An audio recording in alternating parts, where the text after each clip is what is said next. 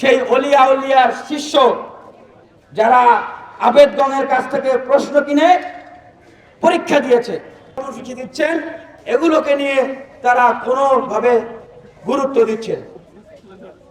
যেই ঢাকা বিশ্ববিদ্যালয় সহ বিভিন্ন বিশ্ববিদ্যালয়ের লাইব্রেরি, রিডিং রুম, হল থেকে শিক্ষার্থীরা বের হয়ে আসার কারণে আজকে গণ অভ্যুত্থান হলো, তাদেরই এখন কেউ আর খবর রাখছে না। তাই আমরা বলতে চাই, বাংলাদেশের যে বেকার, এই বেকারদের কান্না আমরা আর দেখতে চাই না। আমরা বিগত সময়ে দেখেছি এই যে বিসিএস, এই যে পিএসসি, সেখানে কিভাবে শুভঙ্করের ফাঁকি রেখে দলীয় বিবেচনায় নিয়োগ দেওয়া হয়। কেন আমরা প্রশ্ন রাখছি, প্রিলিমিনারির যে উত্তরপত্র সেটা অফিসিয়ালি প্রকাশ করলে কোনো সমস্যা আছে ভাই?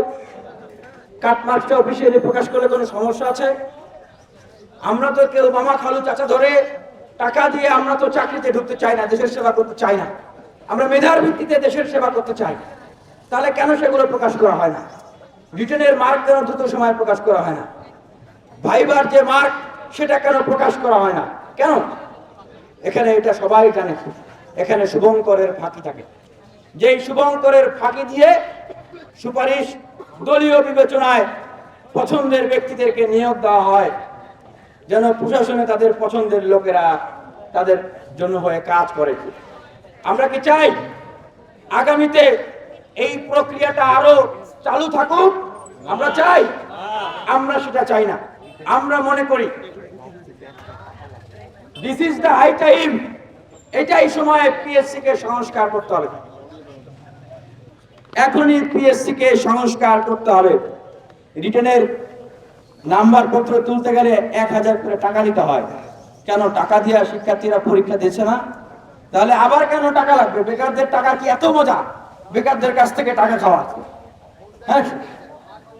আর এই যে আগে যারা বিসিএস পরীক্ষা দিতেন এত কষ্ট করে, এত পড়াশোনা করে, তারা কোনো না কোনো একটা চাকরি নিয়ে অন্তত নিজের বাড়িতে ফিরতে পারতেন, নিজের বাবা মা পরিবারের কাছে গিয়ে অন্তত বলতে পারতেন যে তোমরা এই মুরগি বেচে, ডিম বেচে, মাছ বিক্রি করে, তোমরা ধান চাল বিক্রি করে, কাজ করে আমাদেরকে যে টাকা পাঠিয়েছো, অন্তত ন্যূনতম একটা চাকরি নিয়ে তোমাদের কাছে এসেছি। এখন এই যে আওয়ামী লীগের সময় এক কালো আইন করা হয়েছে, নন ক্যাডার বিধি, যার কারণে সেই সুযোগটা এখন সংকুচিত হয়ে গেছে। আমরা বিসিএস প্রার্থী ভাইদের পক্ষ থেকে বলতে চাই, বেকার ভাইদের পক্ষ থেকে বলতে চাই, এই বিধিটাকে বাতিল করতে হবে। এবং আমরা পাশাপাশি এটা বলতে চাই, এই যে 46তম বিসিএস এর প্রিলিমিনারির পরীক্ষা ফাঁস হয়েছে, এটা আপনি জানেন না ভাই? এটা তো সারা বাংলাদেশের সবাই জানে। আমার মনে হয় এটা আমাদের পিএসসি চেয়ারম্যান সাহেব সহ সেখানে যারা আছে তারা ভুলে গেছে। এরা কারা?